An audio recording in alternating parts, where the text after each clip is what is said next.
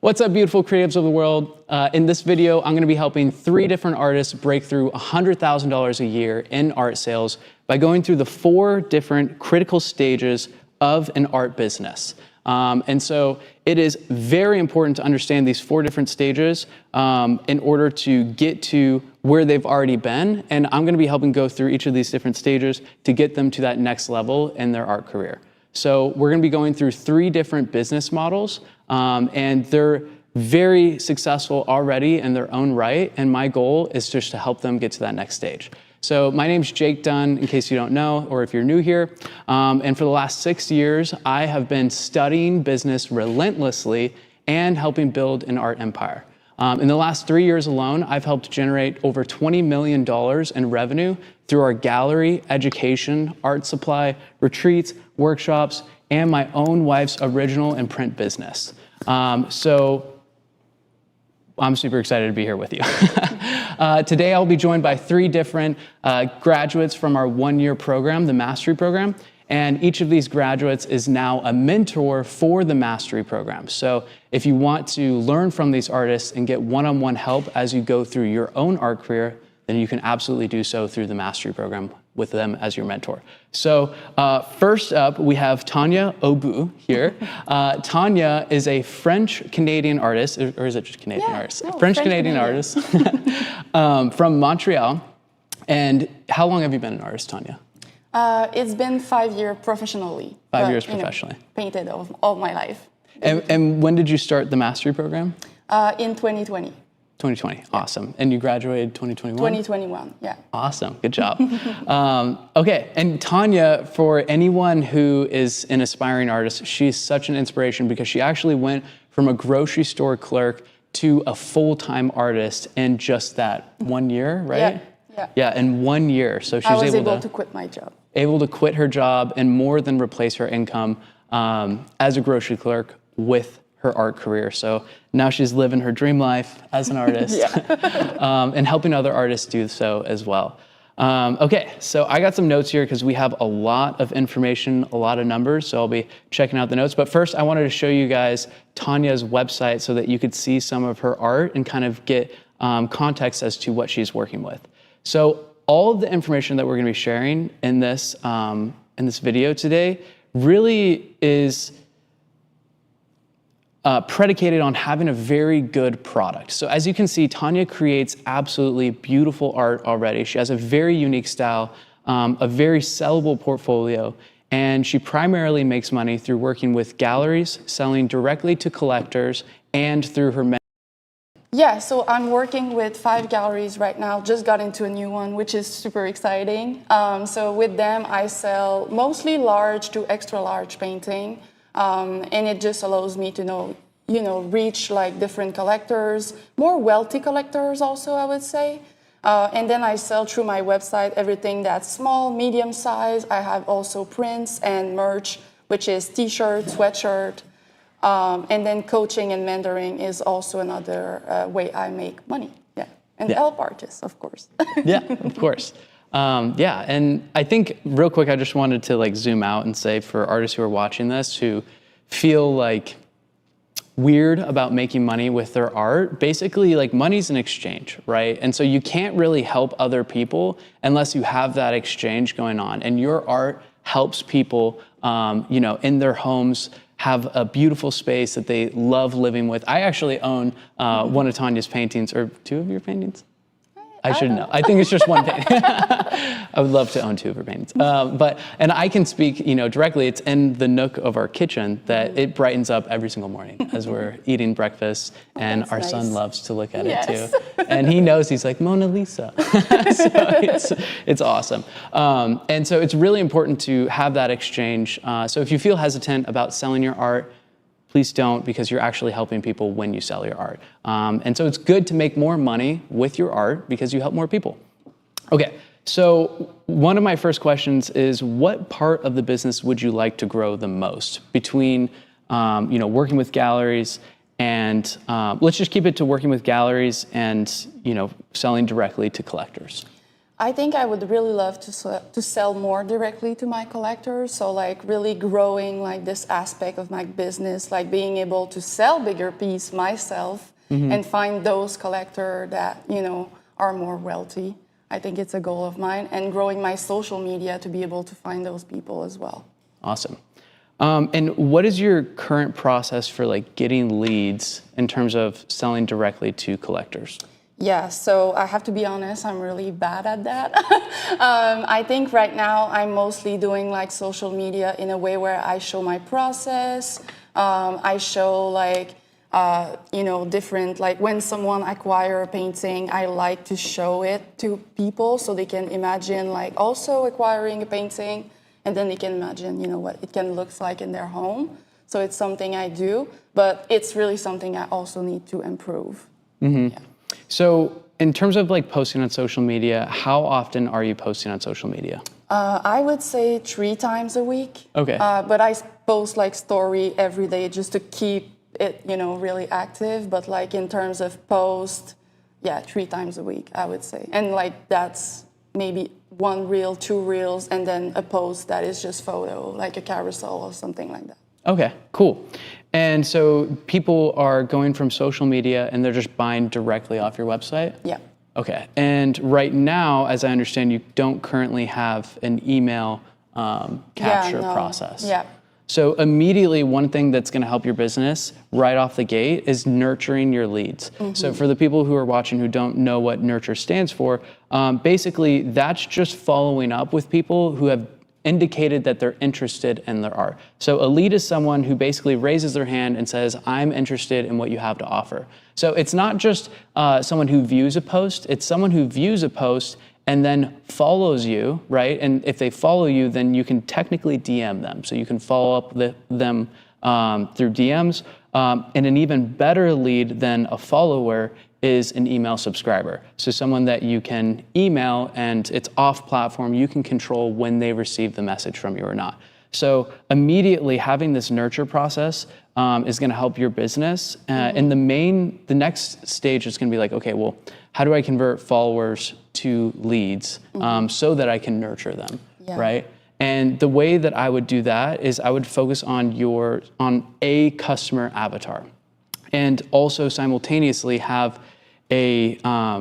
create a weekly newsletter that is positioned as something valuable to that person.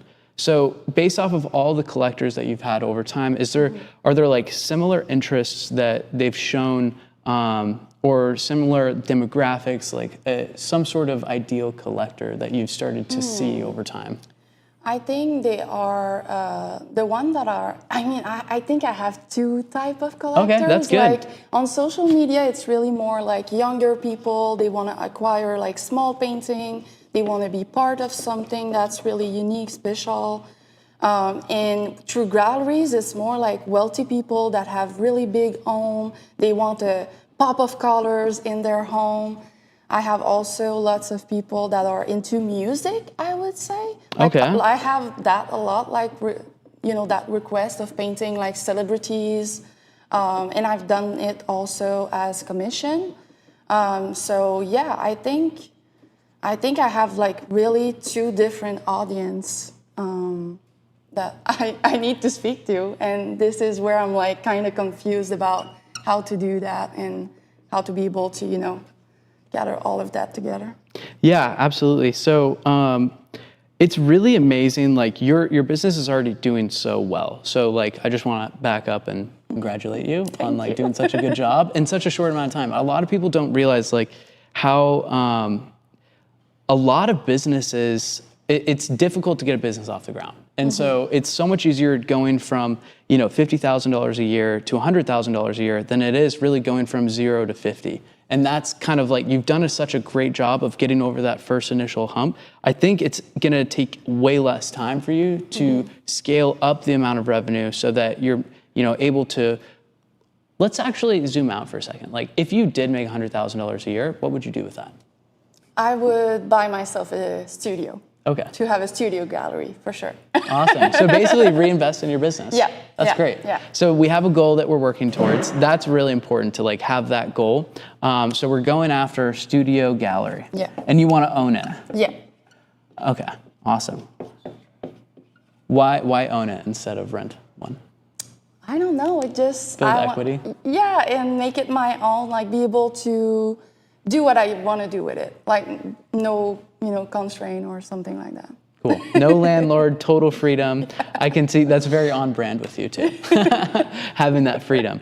Okay, so you have two different kinds of ideal collectors. I would recommend that you go on your Instagram and like look at the demographics of like who's following you, because Instagram will tell you basically like male versus female, it's what a lot age of range. Female. Okay, so female. For sure. That's good. I would say between like, so the younger maybe are like, I had a girl actually that bought painting, she's 14. So that's really cool. Yeah, that was her first painting ever. I would say like, so maybe 16 to like 25, and then it goes like to 35 to like, I had people in their 50 maybe that bought paintings, so. Awesome. Yeah, and I could see, so wealthier collectors who like color. So I could definitely see, you attracting more of a younger audience and being able to sell more of the small paintings as you've already done. Yeah. And having kind of like a funnel for that. And then also kind of sifting out, you're going to attract multiple different avatars in any business, no matter like whether you try to or not. I mean, depending on like how narrow you go with your messaging. So the goal is going to be to figure out like what is the messaging that kind of overlaps both of these if you want to continue to attract both of these. And then over time, figure out like which one actually converts more. Because it might be that like you have more followers on the young side and like you like speaking to the people who are on the younger side, but in reality, like 90% of the revenue might be coming from this part of the business right here, which is, the wealthier collectors. And I think that's what's happening. Yeah, I think that's what's happening. I mean, I do products that are more affordable for those people, and it works. But on the profit side, it's like a lot of investment before you get it back. Yeah, totally. And one thing you might want to consider starting over time as you get more of the younger people. While you continue to market and you get like, let's say like 95% of the people are in the younger crowd, and I'm sorry if you can't read my handwriting. This is just for thinking out loud. But, and like, let's say 5% or maybe even less who are actually like, let's say qualified leads, is creating more low ticket things for the younger crowd, like phone cases, other very inexpensive products that are a long-term nurture. So, you're trying to get them when they're 16 and at the milestones in their life, like when they turn 18, especially if you get their birthdays, when they turn 18, making some sort of special offer or, when they first graduate from college or, at these different milestones in their journey, you're there with them. And it really, though, it comes down to having the data to be able to make these decisions. So the first step is trying to get more information about your collectors. And that's going to be through creating lead generators and then getting information from the collectors. So you have to make an assumption in the beginning. And you can work like outside in or inside out in terms of figuring out who your ideal avatar is, right? Your ideal avatar can either be like a current version of yourself, like some variation of yourself, or like a future version of yourself, or even a younger version of yourself. And so all the people that you're attracting are attracted to some part of you, right? So at the end of the day, like knowing more about yourself, finding your voice as an artist, which you've already done, having that information readily available is going to help you. And going deeper on that information and on that like self-reflection is going to help you attract more of the right people. And you kind of just test out through creating content and stuff. So, and I have a question for you, Jay. Yeah, so absolutely. for emails, like would you do some emails that are really targeting like the younger people and some others that are really targeting like the, wealthier people or let's say older people? Or would you like try to get it all together and kind of mix it a little? So what I would suggest is creating a lead generator specifically for these people, the wealthier collectors who specifically love color. And that could be like 5 ways to use color in your home to make a bold statement about who you are. Something like that. Like you create some sort of valuable, like you put effort into creating some sort of valuable digital, and actually it can be like educational, right? Even though you're not selling education at the end of it, you can use education to attract a person and create like thought leadership surrounding, you know, a specific topic that you want to talk about, which you really own color and being bold and, Unique you know. thing also, I think, is also another thing. Like they really want something that stands out from the rest. So, yeah. Yeah, so it could be like how to, you know, and the goal of this stage of like collecting leads is just get information about like who it is that you're serving at the end of the day. So what are they most interested in? And you're gonna like, really a good way to go about it is using social media to test out ideas, right? And then you see like which ideas resonate with people, and you know that based off of views, right? If you're getting a lot of views on something, then that's something that resonates. You take that piece of content and then you think, how can I go so much deeper with this? And basically you can create that, you know, digital download or that something that people opt in on your website. So you create like a simple landing page, or you don't even have to make a landing page. You can do it all through Instagram using a service like ManyChat. But you get them to opt in, and they get this download, and that download, you know, is like a PDF or like an ebook, and it's some sort of guide that creates thought leadership around that topic. And you just have, you know, it's relatively easy to create those nowadays. Like there's a bunch of templates on like Canva, or, you know, other websites have templates for it too.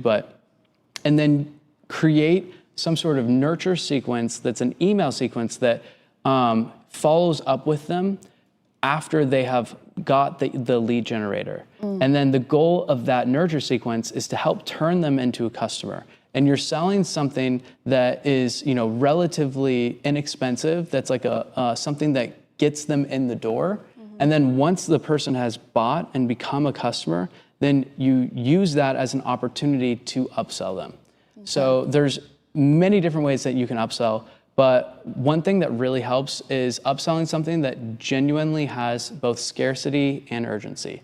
So if you only have, you know, one original painting, that's the ultimate form of scarcity, right? So you can, you know, sell, I wouldn't necessarily sell one painting, but you could do, you know, an original painting as a part of the upsell for the people who've bought a print, for example, right? So you go from lead generator to, let's say, print, and then you go from print to original painting. That's a really basic version, right? Could it be also like a limited edition of something? Or? It could be a limited edition print, right? It could be a package of prints, like a bundle of prints. It could be like a super expensive thing, like a whole home art transformation, right? Like you could sell a $10,000 painting package that's like 5 original paintings that are made just for your home. You know, something along those lines. And that's something I'm going to share with you guys later too.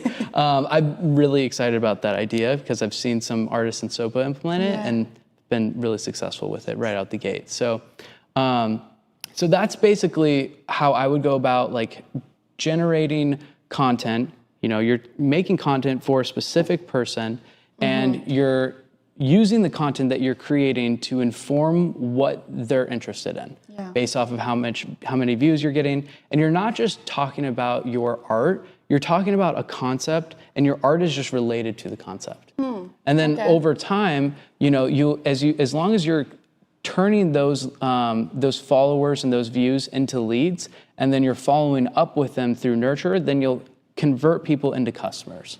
And this is like a really great scalable model that has compounding growth over time as you continue to invest in it. And that's one thing that has really helped me, you know, in the different businesses that I've helped grow, is focusing on models that are scalable and compound over time. Now, that's not to say that you shouldn't, you know, focus on the things that are like, let's say, less scalable, like working with galleries, because those really expose you to new collectors. And at the end of the day, they help you move inventory. They help you sell paintings. Yeah. So it's absolutely great. And like you said before, like they help you sell the bigger paintings. So yeah, that's super helpful.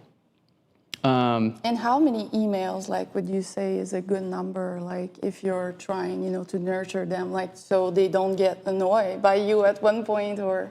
I would start out with a weekly email. Okay. Yeah, and as long as, and that's a really great question. So I highly recommend doing an email nurture sequence or a weekly email where you're not selling in the email, like at all in the body of the email. Like you're purely just trying to provide value to this person.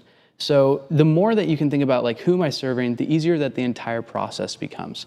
So if you really hone in on wealthy collectors who like bold statement pieces and color, right? And then I would try to go a layer deeper there too, where you're trying to understand like the psychology of why do they like bold color? Like why do they like bold paintings in their home? Is it something to do with, you know, the type of job that they work, or something to do with their upbringing, or something to do with their music preferences, or, you know, try to find more common interests. And you can do that by just sharing your own, right? And thinking about like a future version of yourself that is that wealthy collector who's buying because of these specific reasons, right? Okay, yeah. But anyways, going back to the email, you provide value in the email on a weekly basis, and then you make offers only in the PS statement. And by doing that, you don't burn people out, because what you want to do over time is train people to look forward to opening up your emails. They see an email from Tanya in their inbox and they're like, sweet, there's going to be something valuable in this. Like, I want to read this, because we get inundated with emails nowadays, and you know, it gets. That's what I was thinking. I was like, if I just, you know, I don't know, sometimes it can get annoying, so I don't want to be, you know. Totally, yeah. We just have to not be annoying, you know. So, and it's only really annoying if you like open up the email and then it's just a bunch of graphics, and they're selling you on all the, you know, graphics, and it's like 50% off sale. You know, every single time you get an email from them, like you're gonna unsubscribe. At least that's what I do. I unsubscribe from those types of emails. And basically, the only emails that I personally open now give me value, and they help me in things that I'm interested in. And so find things that your collectors are interested in and email them about that. And if you can become like a thought leader in that, and that's a really fancy term. Like, you don't have to be like a thought leader where you're like on TED Talks and stuff like that, but you're someone who's interested in those same things, and you share about those things that you're interested in. Yeah, okay. And it's relatively simple. So, yeah, I think if you're more consistent with posting on social media, working towards, you know, creating. And I think posting more for collectors as well, because now I feel like I'm posting lots of things that are maybe more artist related to. Yes. So it's art for a collector. Like, do they really care about the process? Yes, a little bit, but like. Yeah. Yeah. What we found with Dimitri's account, and just from studying different reels that artists have made, is that typically collectors are more attracted to the end of the process. So like, and actually it's really interesting. So we're editing Outstanding Artist season 4 right now, which for those of you who don't know, Tanya was on season 3, spoiler alert, she's a finalist. And also she's a judge on season 4. So we're in the process of editing right now. And one of the things that we look for in the editing process is what I like to call like micro transformations. And it doesn't have to be a micro transformation, it can be like a whole transformation, but basically you're looking for a before and after. So, and you're trying to make it as short as possible for them to get from the before to the after, because people... The middle part is not really important. Boring. Yeah, people don't, like, collectors don't love the middle part. Artists love knowing the middle part, right? Like, artists love knowing, how did you get from here to here, right? And I think no matter what, like, if you're making content for collectors, you're still gonna attract artists, so you don't have to worry about that in terms of like the art mentorship side. If you just focus on making content for collectors, then you'll attract both. And it's like, you know, 2 birds with 1 stone. It's great. Yeah. I would study outlier content of so basically content that's performed much better than average for people who are also trying to attract collectors, right? Like Dimitra's also trying to attract collectors. She doesn't make content for artists that much, really, on her own account. We only do on Milan Institute, really, for her. Ellie does on her account too. She attracts artists too. But so you could study Dimitra. You can also find a bunch of other artists. One artist who did an amazing job, graduate from the program, of like growing a following very quickly was Andrea Jacobson. She did a fantastic job with it too. What is that other artist's name? I'm drawing a blank, but you can find other artists who are making content for collectors, and then look at the hooks, right? Look at the first 3 seconds, like what are they doing to attract collectors, and then adapt it to your own voice. And you're looking at like the topic, you're looking at how they filmed it, and that's basically like the two main things in terms of looking at outlier content. I guess for me, it's where like having problem is that I see lots of artists that are doing amazing, like Andrea, but they are really into storytelling. Like they have a really, they're telling stories, like Victoria Spark as well. Yes, that was. And I'm like, I don't know if it's just hard for me to do that, and I don't know if I do the type of art that is like storytelling. So like, I don't know if you have advice on that. I mean, it's a question, a surprise question for you, but no, it's okay. Yeah, like pop art things, things that are maybe more quick, or I think there's always a story. It's just a matter of like digging deep enough for it. Yeah. I think in my experience, anytime that I haven't been as interested in something, it's just because I don't know enough about it. Like, I think almost everything is interesting if you learn enough about that thing. So if you spent some time reading, books about storytelling or watching videos about storytelling, like Storyworthy by Matthew Dix, there's another really interesting book. I don't know if I've shared it with anyone before, but it's called The Anatomy of Genre. It's much more in-depth, but basically they break down all the different kind of like genres of movies and books and screenplays, et cetera. And they have the beats within the story. It's like the ultimate playbook to creating amazing stories. Okay, so cool. you could just steal a concept from that and then tell a story over the course of 7 different reels.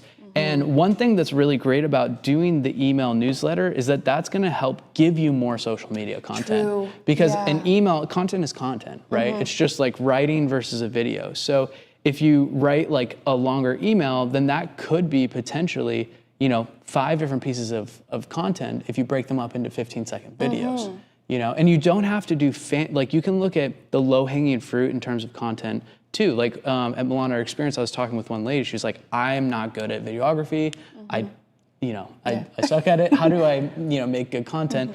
And if you can just make one beautiful area where you film, and you can do like semi-static shots, or even they are static. Like the phone is on a tripod, it's filming one area, and you're moving within it, or you're bringing a painting, or you're showing a painting, and then you have text on screen that's like calling out, the person you're trying to talk to, and having some sort of interesting idea surrounding that. You can use text as a way to hook people and engage people with video content as well, just by doing text on screen. So there's low-hanging fruit within social media content, and it's all about like just getting the flywheel going. So creating more content, looking at what works, looking intentionally at what other people are creating, and then utilizing that in your own process.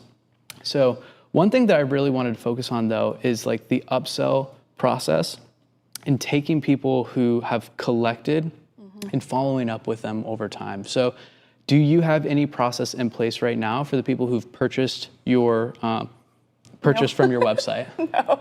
Okay, but you have their emails though, right? Yeah, because yeah. they okay. Do you know like about how many people? I think I have 200. Dude, that's awesome. Yeah, I know, and That's I'm not really doing good. anything with them, I know. So I would just have like a launch email. That's so good though. Like 200 people who've actually collected from your website, that's really valuable. Because imagine if you just got like 10% of them in this next month to buy again because you made an offer to them. I know, right? That's really good. I feel really stupid right now. No, don't feel stupid. It's okay. Like there's at every different level of business, there's things that like you just don't do because you're busy doing all these other things. This is the thing. I would say time is a big, and yeah, that's why I keep pushing the newsletter. But that's a really good idea. I mean, I need to really do that. Yeah. And so one thing that I recently discovered with ChatGPT, and it's not just like using ChatGPT to write things for you, because I think over time, like I've done that in the past, and what it does for me is it like steals confidence, and it makes me feel like I'm getting dumber over time. Yeah. And I don't feel like conviction with the stuff that I'm putting out. So I've actually scaled back quite a bit on how much I use it. But recently I discovered this new way of using it where I have ChatGPT be like an interviewer for me. So it's pulling the content out of me rather than me feeding it ideas and then creating the content. And so like I just shared that with Dimitra recently, and she's been using that for writing her emails, and she loves it so much more. She's getting really good feedback on those emails too. Nice. So that's another great tip for anyone in terms of like social media content and creating content in general. It's like use ChatGPT as an interviewer rather than outsourcing all of your content creation to it.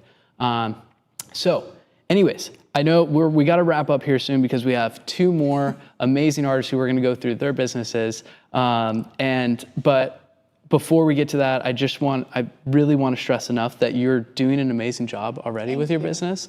And, you're a phenomenal artist. You have amazing skills and this huge, I would say like you have a gold mine that you're sitting on that you don't even like, realize, or maybe you do realize, but you've been, putting off doing those extra things. Yeah. And that, I think for you, the main thing is going to be like generating leads and nurturing leads. This is here. The nurturing is going to help at each of these different stages, and just simply like following up with people over time is going to make a tremendous difference in your business. So, focus on that wealthier collector that you want to attract. I would give them a name. Like internally, like we have a name for the different avatars within our different businesses. Yeah. And it really helps calibrate who you're serving when you have a name for them, and ideally like a picture of who they are too. Like Dimitra, we have this one collector who has spent over $100,000 with her, or actually she has a couple different ones, but we think of like one of these three different collectors when we're making decisions on like the fancier side of things, or the more like luxury or the higher ticket side. We think of those collectors when we're making decisions for her business, and it really helps like guide who you're making content to and elevate it as well. So, good. Yeah. Do you have any other questions before we turn the questions over? We also, for those of you who are watching us online, we have not all, I wish we had all of our coaches, but we have a bunch of our coaches here with us in person. They're our live audience today. And so before we bring on our next guest, who's Rita, we're going to turn some questions over to them. But before we do that, Tanya, do you have any last questions? Yeah, no, I think that helps just so much. And it's something that was on the back of my mind that I need to do. But I also, started my podcast. I feel like I've been a little bit all over the place. So I just need to really, get that done and really put that together. And I think that's going to make a big difference just to do that. Yeah. Awesome. Yeah, and I think too, just on the time side, batching your work is going to be really helpful. Like just if you don't already, you probably do, but if you don't already, not like minimizing the amount of task switching that you do. So like this day, I get all of my social media content done, and then I don't think about social media content until the same day the next week, right? Or I think right now I spread it too much, so it makes me kind of, when you're not posting, and then it's like, I need to post, so I need to create something. Yeah. So I need to, dedicate my time more and make it specific in my schedule.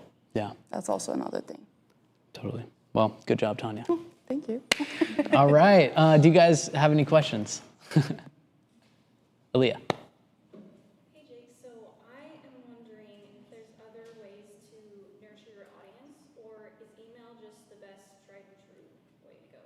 So, sorry, just repeat the question one more time. Oh, I repeat her question. Okay, so Aaliyah wants to know if there are other ways in order to nurture your content, nurture your audience aside from just email marketing. You can certainly text people, right? Social media is a form of nurture as well. So it isn't just, attracting a new audience, it's also nurturing. So continuously posting on social media. But for the really good collectors, the people who spend the most with Dimitra, what she does is she just personally texts them and just keeps up with them. And actually, she'll have phone conversations with them too. So, and then since she started doing her print club, we've included all of her highest value collectors, and she just sends them every single month a new print and a letter from her. So she's always in their mailbox and always top of mind for them. And that was something, I was like, hey, why have them spend $15 a month? They've already spent $100,000 with you. You're already sending this out to a bunch of people. Just include these people with it. And we've already had some of those collectors reach out. In fact, one of them actually just bought another painting from her. So immediately paid off. But yeah, I would say handwritten notes, Christmas cards, how you would treat a really good family member, a family member that you really love. Making feel like them as special as possible. Yeah, absolutely. That was a great question. Anybody else? Dori? So Tanya, just thinking about someone that wants to be where you are right now, how did you gather the information on your current collectors and even the ones through the gallery? How did you find out that information about who they are and what they like? I think it's just, That mic's not working. Okay. So she's asking how did I find out about my collector, basically who they are and what they like. So I think it's just by connecting with them, because I have some collector that buys through galleries, but they also contact me and show me picture of their home. So I feel like seeing also their home and some other, I had this collector that had super cool chair that were pink, and I was like, oh, okay, you like bold stuff. So I think it's just, finding about those people. And about the younger one, it's always people that are contacting me and they're like, I really like your art. And it's also, since my work has lots of empowering message, I think it speaks to them in a way where they feel more confident, they want to be, they want to grow really confident because we all know when we're a teenager, it's kind of hard. So I think they relate to that as well. So it's just by noticing those little things, I would say. Something that happens kind of organically over time, as long as you're paying attention and actively trying to interact with the collectors, right? Yeah. Cool. Any other questions? And we got a different microphone for you to use. Okay. Cool. So Tanya, when you contacted the galleries in the beginning, so what did you look for? And how did you know that they were the right fit? Yeah, so I was really lucky for my first gallery. Okay, so she's asking when I contacted the gallery, or when I contact galleries, what am I looking for and how do I contact them? So I was really lucky, actually. My first gallery reached out to me and they took my first portfolio, which was amazing. But usually what I look for in galleries is my art a good fit? How many artists do they represent? Because I don't want to be, just a number in the gallery. And where is the location? And also I love to, if I can, I love to visit them, because I just want to have a feel of if it's cold when you enter in the gallery, or is there people that comes to you? So I would say it's mostly that, and seeing if my work is a good fit for them as well. Right. Yeah.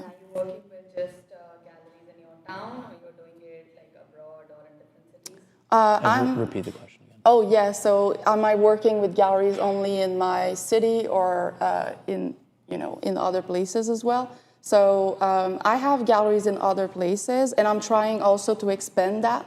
I would love to find some in Canada and more in the US, but mostly are in Quebec, where I live. So I would say start locally first, and then you can expand as you go, and also get experience as how gallery works and how they do things, because that can be intimidating in the beginning. Thank you. Awesome, that's good. And Stephanie, did you have a question too? Yes, thank you. Just really quickly, when you were talking about sending out the Are they sequenced? And what I mean by that is, so do you send everybody on your list the same email, or do you have a first email, second email, third, fourth, fifth, etc.? So that's a really great question. Stephanie's question was, are the emails that you're sending out every single week a part of a sequence where, when someone joins, they get the first, second, third, fourth in sequential order, or is it just everyone gets the same email every week? And the answer is yes. So for Dimitra, we have we have both. So we have a sequence for the new subscribers, and they will get a new email every day for the first, I think, 5 days, and that's like her story. And then after that, they get the same email. Like everyone gets the same email. And I think it's okay to send an email every day for the first few days because that's when they're most interested in you. And actually, at the end of that email sequence, we sell a print that is specifically related to the story. And over time, she's sold over $10,000 worth of that one print just from making that one email sequence one time. Wow. And it's been really great. And she doesn't have, she has a lot of email subscribers, but relative to the amount of followers that she has, it's not like a crazy amount. So she has about like 5,000 email subscribers. So on average, she's made $2 from that one email sequence per new subscriber. So, that's really important information, especially when you're looking at like, okay, what about when we're spending money to acquire these new email leads, right, over time. So yeah, just to summarize again, a weekly email that goes out to the whole entire list. And then in addition, Russell Brunson called it a soap opera sequence. So that's like your own individual soap opera. Is the dramatic story of how you became an artist and why they should buy into you as a human being and want to support you, basically. So Thank you. yeah, absolutely. Okay, let's give it up for Tanya. Okay, and the next artist is Rita Vicari. She is a Russian-born American artist who recently lived in Texas but just transplanted to New Jersey. And she specializes in portraits, all things nature. She's a master of white, resting space, and framing within her art. Originally, she was a choreographer, and she discovered her passion for visual art while she was in Korea in her 20s after leaving Russia. She graduated from Milan Art Institute in 2019. Okay, awesome. Has been a full-time artist and mentor with us ever since. She's also on the upcoming season 4 of The Outstanding Artist, so you definitely want to check that out when it comes out, hopefully in January.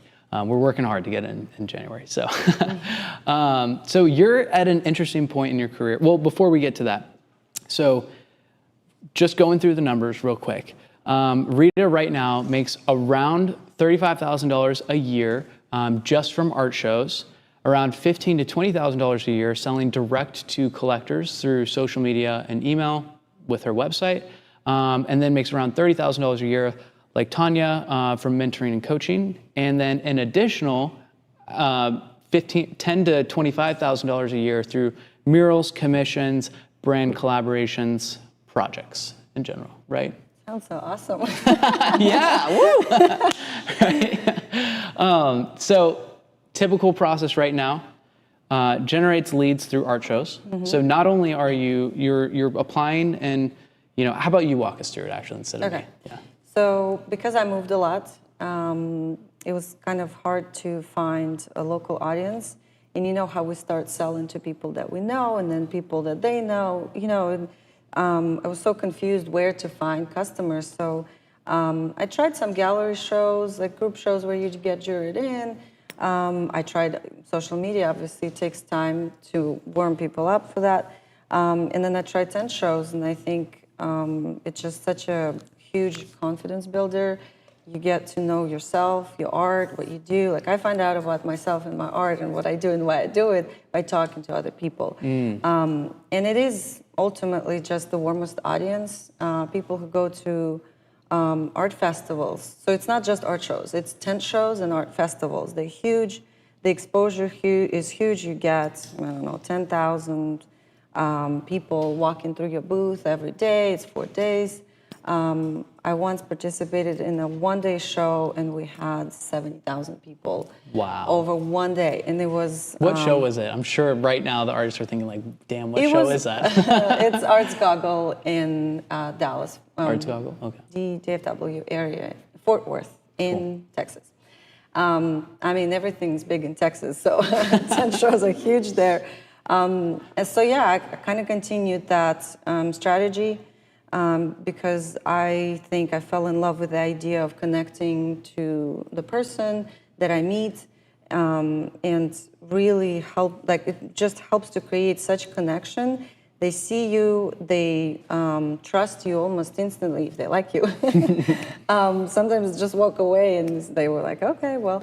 But I think, and I never considered myself like a good salesperson, but you just learn so much by doing this and like, well, that didn't work. Let's not do this again. But then you do something that works, you learn certain phrases that people react to really well, and you just keep working and refining the whole process of sales. So that is basically my leads. I get, I call them like warm emails. I don't collect emails from every person that walks in the booth. It's either a person who started talking to me, they are interested in my art, and I say, would you like to sign up for my email? You know, to stay connected, and they, most of the time, they say yes. And obviously, if people buy something. So all of my emails come from 10 shows, and they're all warm. And my conversion rate was at some point, what is it? No, not conversion rate. Opening rate of emails was at some point like 80%, which is like ridiculous. But I met each one of this, you know, person, and they have certain trust towards me, so they opened emails. And over time, well, I made a small mistake that I found out about emails. I didn't want to spam anybody. Same, continue like Tanya's thinking process. And I only send out like once a quarter, only the major updates. And my opening rate of emails became like 15%. Yeah. And I'm like, well, what happened there? And what happened is the less emails you send, the less people open it, and it just goes straight to spam. So we actually do need to send out more emails, and this is what I'm going to be working on after I come back from this trip. Rolls eyes. Soon, sometime soon. So Cool. Yeah. So that's really good.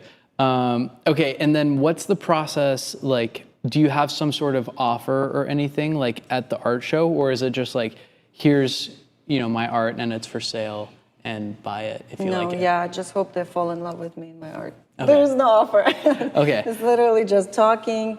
Do you like this? Do you need this? People are so actively searching on art shows, they actually know what they want. Yeah. So sometimes you would get a very accidentally people are like, I came out, you know, out of my house today. I did not want to buy anything, but like I fell in love with this painting or something. But most of the time what you hear is they know measurements, they know the colors, they know what they want. So all you need to do is to just tell your story to kind of just get them. You know, a lot of artists on these tent shows, I talk to a lot of people, they have no idea what they're doing.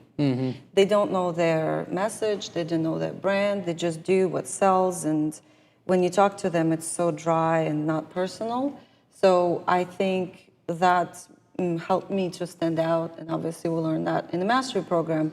When I ask, what is the message and what is your artist statement, or like, what is the voice? And they're like, what is the voice of an artist? What is that? So it was such an incredible thing to discover that through the program, we learned something so amazing that really makes us stand out from, I don't know, 150 artists that were juried in, 1,000 artists that were juried into that show. So kind of leaning into that more, being very personal. But no, there is no offer Okay. to answer your question. That's okay. It's really just kind of a random talking to everybody strategy. And then in terms of like when someone has bought from you, do you have any sort of like upsell or follow-up after they've purchased? My only upsell is, so my strategy is I meet a person and they buy, let's say, a print, and I sign them up for my email. I'm pretty like straightforward. I'm like, well, you bought it, so just let me grab your email. So I don't know, you can send me a picture of this print in your home, because I really love seeing where people put my art, and they all love that idea, and they do send me photos. So then what they do, and I say, please follow me on social media, because you can really stay updated on what I'm doing and things like that. So what I noticed is people who buy my prints or smaller originals, or I've sold some T-shirts on some tent shows, it takes about 6 months to a year to convert them into a purchase of a bigger original. Because I'm constantly in front of their eyes if they use social media a lot. And what they tell me, they say, I have been just following you so closely, looking. I just have been waiting for a painting that was made for me. Like I wanted to fall in love with something. I love your art already, but I wanted to keep looking what you're doing and buy it. So that's basically it. So my only upsell is from a print to an original painting. Okay, cool. Well, you already have such a great business, and I don't know if we cut to it on the, okay, so I just wanted to show Rita's art too on the screen so you guys could see that she's also working with beautiful art, and that absolutely helps sell more. And in a lot of ways, when you make a really good product, it can sell itself if you get in front of people, right? But you can also maximize the amount of people that you turn from leads into customers by having creative offers, and then maximize the amount of money that you make from people by having a good strategic upsell. So you already have the upsell process from prints to originals. That's really great. What I wanted to ask is, do you have like a process that you work, or like a nurture process that you work people through to get them from print to original collector? It's kind of just posting. Like, just hoping, that they're, and again, it comes from this whole thing of like, I don't want to be annoying. I don't want to be this and that. I think every artist just has that. And the ones who are so confident and are not worried about being annoying, they sell so much. And we can just learn so much we just get so much in our heads of like, I don't want to push it. I really want it to be their decision and all the things. I do use a few pushy strategies on the show to tip them over and buy it, because they like really, I can see they want it, and there's just like, I'm just asking, what's the problem? Yeah. And they're like, well, and it's always something, and most of the time it's the price, and you just kind of walk them through, the process. There's payment plans, there's this and that. And what I really like to do is to focus. I don't travel for tent shows. I really focus on the area, because what I tell them is I can bring a painting to your home. And they love it so much. It's such a personal touch. And then when I go to the house, most of the time people purchase. Like I've made so much effort to go there. And if they say, well, no, we're not sure yet. But if they say, wow, that would be great, the moment they see painting in their interior, they keep it. So it's just, that's really good. That's it, yeah. So for the people, when you get to their home and they don't buy, do you ever? I've never had that. Oh, you've never had that? No. Okay, so amazing. Now we have like what we're optimizing for, basically. Okay. Like you're trying to optimize for But maximum. it would be great to hear, like, if that ever happens, what would be like next thing to do? So what I would do is I would offer some sort of live with it, Oh, okay, that's great. because you have their Yeah. address. So it's not like, you just collect their card information. You say, look, I'm just going to get your card on file. You can live with this for 30 days. And if at the end of 30 days you don't love it, then it's no risk to you. I like it. Yeah, I knew about it and I forgot about it. Thank you for reminding me. Yeah, That's totally. awesome. So I would just try like the live with it for free for 30 days, like free trial basically. But again, you're not trying to lead with that. You're trying to, Yes. It's only for the people who say no once you're already there. Or you could also get people, who you could get more leads or turn more leads into customers by offering that too. Yeah. So one thing that I was going to suggest, I don't know, you'd have to finesse this into your current sales process. It's just an idea to get more people to convert at the 10 shows, or to be able to get more people to get into more homes, is you could potentially start charging for installation and then waive the fee of installation as a special at the show alone. Okay. So it's totally reasonable for you to offer like white glove delivery, which would be perfect given your brand, white glove delivery, right? And you could even have like a little sign or something with like white gloves on it. And then like normally you charge like, let's say 20% of the painting's cost for white glove installation. But at this show, if you get the painting now, then I waive the white glove installation. Or if you want to see it in your home, then I'll bring it to your home and I'll waive the white glove installation fee. So I like it. that's also something that you could use as an upsell too. When someone,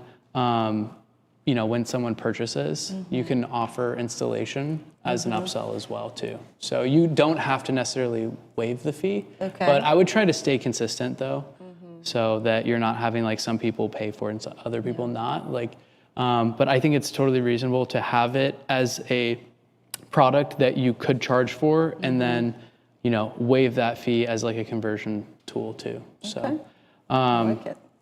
okay. So one thing I wanted to ask, in terms of your website, sorry, actually, let's back up. I don't want to focus on your website if you're wanting to focus on 10 shows. Is that what the main goal is? No, I would like to hear what you want. Well, in terms of the people who you've collected their leads at these 10 shows, do you segment out buyers versus non-buyers in your email? Okay, I would start doing that because segmentation is like a really great way to increase the amount of sales that you have, and you could start making special offers like for people who haven't purchased yet. I wouldn't do that with originals, right? I mean, I would do it more with like prints.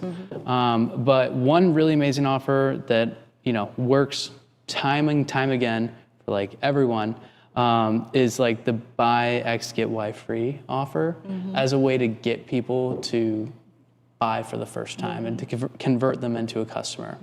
And so like if I wanted to go from kind of inconsistent $1,500 to $12,000 in sales per show to a more consistent amount, I would work on developing an offer that works at like all these different shows with like a specific print that you have that is only available in a print special with that specific print, or collection of prints that's only available at that show. So and like you would do it at the time of the show? Yes. Okay. Yeah. Not after. And I would do like a buy one, get two free. And it sounds crazy, but if you just raise the price of the individual print to cover the cost of the two other prints. So instead of selling like one print at $50, you sell one print at $150. And instead of them getting one print, they get three prints, no matter what, for $150. What if people want to buy a print already? Do I sell all prints at 150? Is it just an offer for people who want to buy, like? It's like I would keep the offering simple, because it sounds like you're mostly selling originals at these shows, right? No, like a lot of prints. Okay, a lot of prints. Yeah, a lot of prints. Amazing. So maybe like all other prints are the regular price of $150, and you choose like, or you could do a mix and match where if they buy one print, then they get to choose any two other prints for free. And then that's like a really great way to get, people to buy then and there. The only sticky point with that, I would say, is like pricing competition. Like if your prints are 3 times more expensive, then people will, kind of. So. Yeah, I'll need to think about this one. And then what I would do to convert those people or to make more money is basically offer to roll over or credit whatever they spent in terms of the print sale towards an original painting. So they get the prints and the original painting basically for the same price as the prints. So another thing I wanted to talk about with you, because I know we briefly discussed this before we went live, like just for like a couple minutes, and you said, I've tried giveaways and I don't like doing it. So could you walk me through, because that was one of the things I was going to suggest in terms of getting more leads. Could you walk me through like why you don't like giveaways? Well, I've tried to do giveaways maybe about 5 times, and it attracts the wrong people. You know, it's people who want a freebie. I don't know, it sounds terrible maybe, but I noticed even when the person won the giveaway, they were so like not that happy about it, and they just didn't even care. So I did not have a good experience with that. So what I do is I do sometimes, not all the time, a special for a particular tent show, and I do 10% off a print, and basically it comes out as a tax-free for them, because it's usually like the sales tax. Like sales tax is around like 8%, something like that. Depends on the state. But they kind of like, they just get, no, that's for the email. Yeah, right. So I'm like, I'll give you 10% off the print, and you give me your email. And I mean, I think I did it so many times, and only like one person said no. They're like, oh, no, thank you. Oh, really? So that was like, that works. And people who locally started to know me, and so what I do is you already subscribe and you local and you came to see me at the show, I give them 10% again off the print, because they are supporting me. They come out. So what they know is when I'm announcing a show, they personally wait for that time and go see me in person. For me, it's great because it pays, like it pays for my time there, for the booth fee, if I paid it. So it's been a while that I haven't made my booth fee back, and I, rent a van and a U-Haul. It's just, there's so many expenses go into that. But that's what I've been doing, and it's been working well. How many, okay, before we switch topics, back to the giveaway. How have you executed on the giveaway at the end of it? Like, how are you following up with the people when you did do that in order to convert all the people who didn't win into paying customers? So that probably is the problem. So, I mean, I would say, like, it sounds like you really like to focus on quality over quantity, but which is great. And I would say you can do both if you segment. So if you had like a segment where anytime someone who comes in is like on this giveaway list, then you can track to see like how many people who join from the giveaway end up converting into a customer.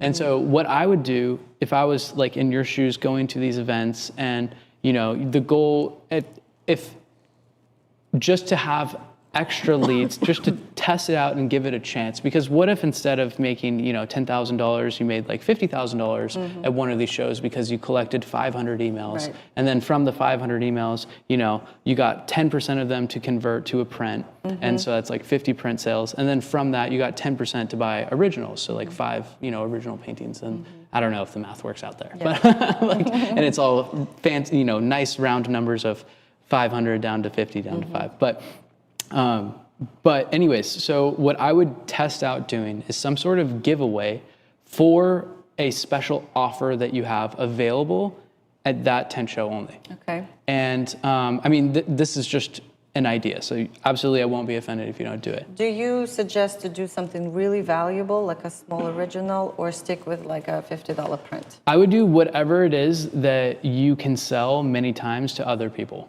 Because the goal is to get like people who are interested in the thing to opt in for the giveaway. And then for all the other people who don't win the giveaway, because they gave you their email, you give them some sort of discount as and ideally you give them a limited amount of time to take advantage of that discount for the offer. So you have like all the assets created ahead of time.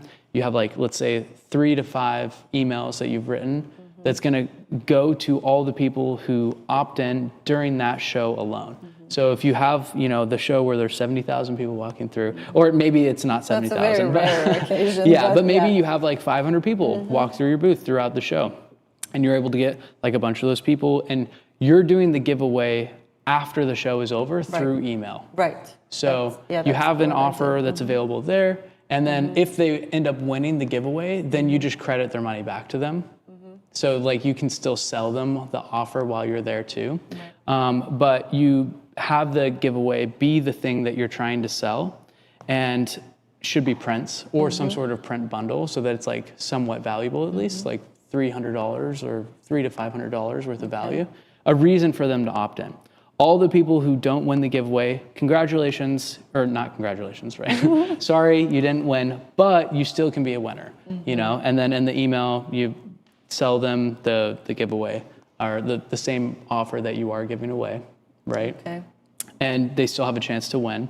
I would offer like an extra 10% for, you know, and you can just price that in too. Like you could adjust the pricing to factor in how much profit you want to get for those prints.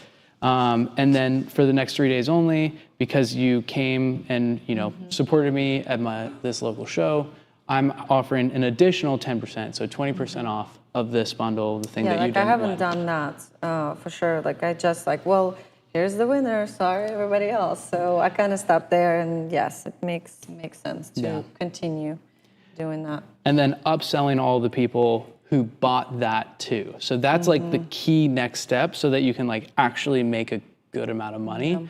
And it's just, you know, hey, you got these prints. If you got people who like these prints, typically tell me that they like these types of originals. I only have 3 of these available. Or you could do some special commission that you do, like a commission offer, or, you know, a free installation offer. But it's just making that next offer so that you can get more people through the pipeline. And then you're segmenting in your email all the people who come in from the giveaway. And then if those people over time don't end up converting, then you can just say like, okay, giveaways don't actually work. Okay. So No. Look, I know they work, but I needed to adjust. I wasn't sure, and I wasn't thrilled with them in the first place. I just had such an odd feeling about it. I didn't want to change the variables or experiment with that, so I kind of gave up on that idea. And since the 10% discount in exchange for an email worked, I'm like, I'm just gonna go with that. You know? yeah. And yeah, people already wanted to buy. They just have a nice bonus. You know, it's not like I am pushing them to buy. When they come in, I say, I do, you know, it's only today, only this 10 show special, that it's 10% off for your email.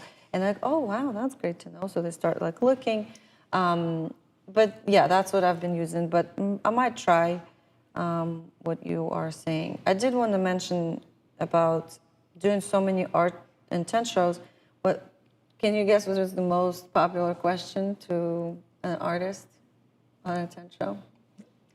Where is your studio located? Ah, okay. So I, before we moved, I did a sale, and a lot of my customers are local because of the tent shows.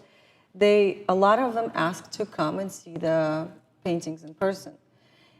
That is great, but the studio was in my house. My son's toys were everywhere. My super social dog was, jumping all over them.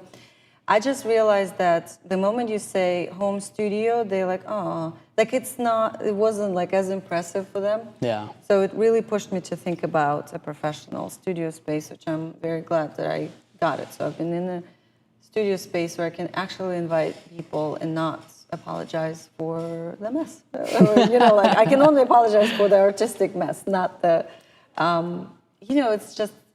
it was such an interesting thing, but it is the most popular question. And I'm not saying like, obviously people who listen are like, oh my God, like I don't want to rent a studio yet or anything, but I think if you kind of, I actually organized a gallery wall in my home studio. So when people did come in, they did feel like they were invited there. Because if it's just a mess, paintings all stacked up and nothing is on the wall and you can't really show anything, you start grabbing things. Oh, where's this painting? Where's that painting? They feel like oh, they almost invading my personal space. But I organized one wall, did like a gallery wall, almost like a nice area that felt like a gallery, and a lot of people mentioned that it helped them to also feel invited in that space, although it was a home studio, and also see it in a more like nice environment, not just like I wasn't prepared to see them. Yeah. I know it's not connected to what we're talking about, but I don't know. Well, I kind of understand where the question was going. Yeah. So it's like, how can I utilize my studio gallery to sell more people? I'm right? super excited for that, and yeah, like maybe if I meet certain people at a local show, I could segment them and do like an open studio special night or something, and invite them. Well, in another way, if the giveaway really like, if that's just not attractive to you, and it doesn't just feel like it like resonates with like your brand. No, you don't have to. What I was gonna say is you could try doing exclusive events and like just you get their contact information for them basically getting a ticket to your event, like and you that. only have a limited amount of spaces available because it's so many people you can fit in there. Yeah, it's not a big studio. Yeah, and only, you're doing it like 2 nights, and maybe you do it like a week after the show. So it's like, not that far away after. So there's still kind of a warmer lead. And then you could have like, let's say only 50 spots available at my private viewing. Everyone who buys, a print today is going to get an invite to that exclusive event. That's awesome. So not only are you, and then you're getting better leads too. So love it. And then not only are you getting that like that sale then, but you're giving them an opportunity to like connect with other art collectors, and art collectors are cool. And I think you could like lean into that too, where it's like a social thing. A lot of people, as I mean, I know at like different stages, but a lot of people crave community. Yeah. And if you can create like sort of a community around your art where people are coming to your studio gallery to meet other cool people, then that's really great over time. And you can kind of create this like local support system of like patrons kind of, and then potentially even have like people competing over your art in person. And then it's 50 people who are interested in your art. Yeah, seriously. 50 people who are interested in your art, and there's no one else there. So there's like no other distractions. It's just your art. So, I mean, in this case, I would actually focus on that sort of cycle rather than even the giveaway. Yeah, So. well, it's my first. I should have asked more questions. Yeah, well, yeah, I know it's a lot, and there's like so many things we do, little things that can be better. But since it's such a new thing, I have worked from home studios for 11 years. So I'm so new at this, how to use the space. And obviously, you're going to talk to Bree about it, who's already doing it. So I'm going to be just listening and taking notes. Yeah, totally. Yeah, and I'll share some more about like using a studio as a lead generator for events with her. But Cool. yeah, do you have any last questions before we kind of turn it over to the other artists here? No, I think it was really helpful. I want to say thank you for suggesting ChatGPT as interviewer. Oh my God, this is like a brilliant idea, because I also noticed that it makes me think that I can't write anymore. Was I ever able to write anything? Is it all just an illusion? I don't know. It's just so many thoughts about it. But I'm definitely going to try that, because I do want to start a more consistent email. And I do want to use the strategy, what Dimitra's using, what you guys did, to make it more of a community or circle, not just like, newsletter. I don't even want to call it a newsletter don't. anymore. I want it to be I had some something ideas special. around that. Yeah, something with like, what is your tagline on your website? It's exist loudly. I don't know. It could be like the loud minimalists, or I don't. That's a bad Yeah, name. yeah, But like no, you give yeah. some sort of name to the Yes. audience that like people can identify with, and then they have an extra reason to like want to join that over time. Yes. Well, because they feel that they are joining a club, Yes. not another newsletter. That Yes. we just have so much of that in our emails nowadays, and definitely get more consistent in that and talk more about art.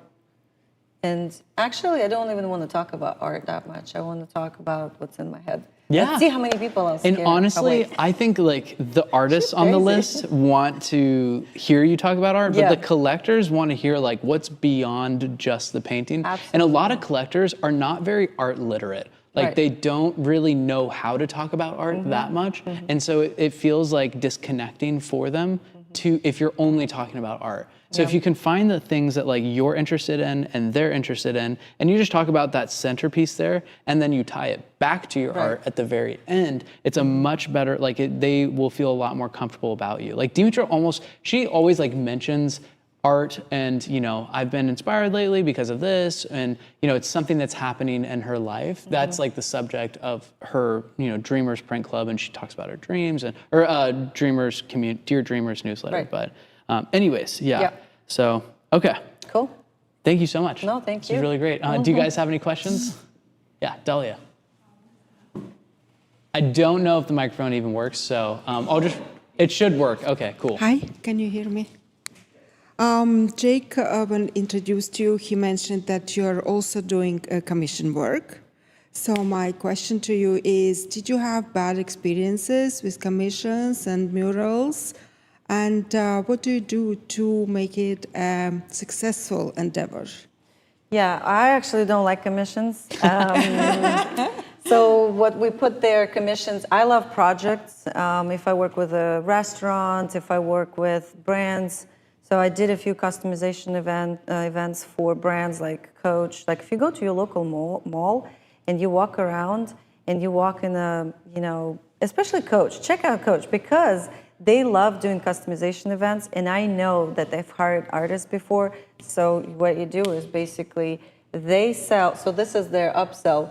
No, not upsell. What is Attraction offer? Maybe, yes. So they do customization events where they sell bags at their usual price. But today, only this weekend, we have an artist who can customize your bag for you. That's so cool. So, I love that. I mean, and every time they change artists, they bring in somebody new. I tried to get in second time, but they were like, no, we tried to keep it fresh. And so I love that kind of projects and commissions for restaurants. I try to get in public spaces, obviously like restaurants and things like that. So the moment that kind of offer arrives, I take it. And businesses usually have more budget for that than single person.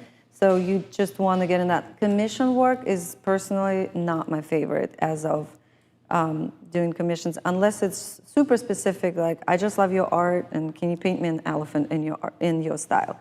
Those I love. But the ones that are just completely out and you have to explain to people that it is not how I work, and they're like so confused because you're an artist, you're supposed to know how to do everything.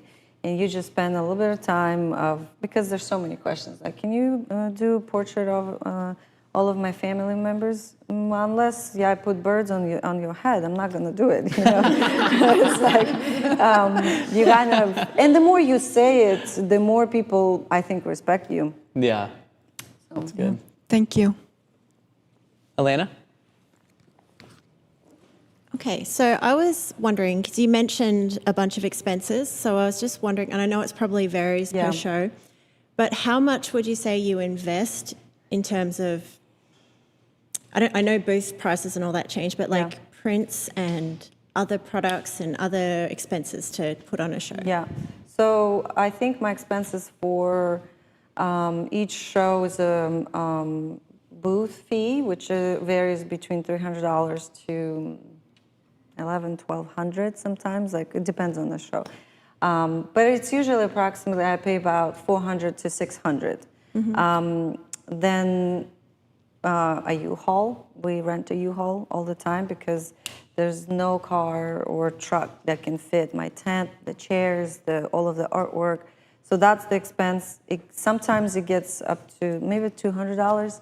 And then prints, probably $300-400 sometimes in prints, but they don't always sell, and I know I will always sell them later. So it's like I'm not getting stuck with that, and the profit continue. I will sell them at some point. That's kind of the thing. But I would say about maybe between $500 to $700 sometimes in upfront payment to get to that show.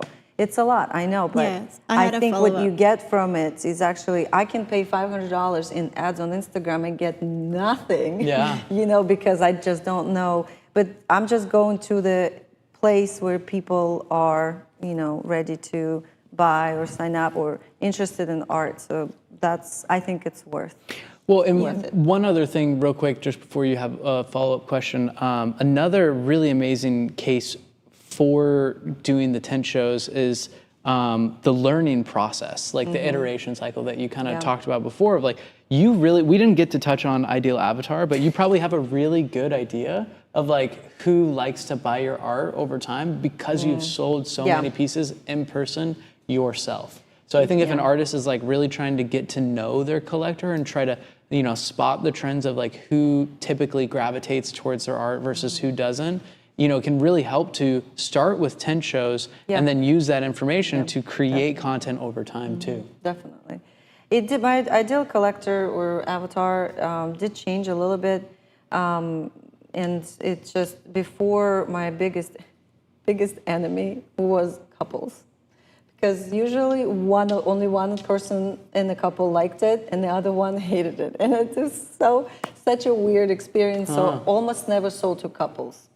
It was usually a very strong, empowered woman over 40 that is single, that does not need to compromise with anybody. So that was my ideal avatar. And obviously prints I sell to all kinds of ages. And I feel like it's more of for originals, not just art, but for originals, for that price point and things like that. But I did start getting more couples, and it's so interesting to analyze that over time. Like what type of couples? And what type of couples, and I mean, I'm getting a pretty good idea, and you can kind of spot the people too. I can see my ideal collector. I come out of my booth and I don't know, somehow lure them in. Come on in. Don't just stand here. You know, you learn a lot about your ideal collector, and you just so much knowledge. Related to the money side of things, so I was just wondering, when you were starting out, like how long would you say it took before you started turning a profit, or did you find that you had a profit immediately? So I've only been doing 10 shows actually for about 5 years. That's not a lot. There are people who do it for 20, 30 years, and they're consistently going to the same shows that work for them, meaning like they know that this is the audience that comes to the shows is their audience. Some shows don't work out. You never just go back there. My suggestion to not go to music festivals, because people go to actually listen to music, they're not going to buy anything. Go to wine and art festivals. Those are the best. That's good. Yeah, because people just having a good time. So the profit, it's interesting. I started with a simple folding table and, 2 easels in the back, something like that. And my profit was very small. The moment I got a big tent, organized organized it, and you learn so much about the setup too. Like any painting, your booth actually needs to only have one big statement piece, not 2, not 3. You need a focal point to your booth to get people in. So you just learn so much of that. And I mean, I think I haven't really lost money on 10 shows since I started doing it. But going back to the question though, like how long did it take you to start making money consistently every single time, where like? I'm telling you, like since the moment after that folding table, I bought a tent, I missed that. It really, it was. I always make my booth fee and all expense back by selling prints. Sometimes originals don't sell at all, but I think because I'm selling volume, I get to a good point where I don't actually lose money. And if you don't make a profit and go break even, I also consider it a win because I got a lot of emails and things like that, so they will turn into customers later. But yeah, that's kind of The where I lost a lot of money is the art fairs that are those big indoor art fairs that cost from $3,000 to $10,000 to participate because they get less foot traffic and they all usually tickets. So it gets really tricky to navigate those. But 10 shows almost always a profit. That's really good. All right, well, let's give it up for Rita. Thank you so much, Rita. Thank you. Okay, next up, we have Bree Zierman Felix. Almost said Zacharias, sorry. And Bree is an amazing artist out of Alabama, originally from California, right? Yeah. You took the mastery program in? Back in 2019, I started, and then I was a student who did end up taking over a year, so I graduated in 2021. Okay, that's cool. That's fine. Yeah. Tons of students do. Yep. And for those of you who don't know, Bree has a super inspiring story. She actually went from homeless to professional artist.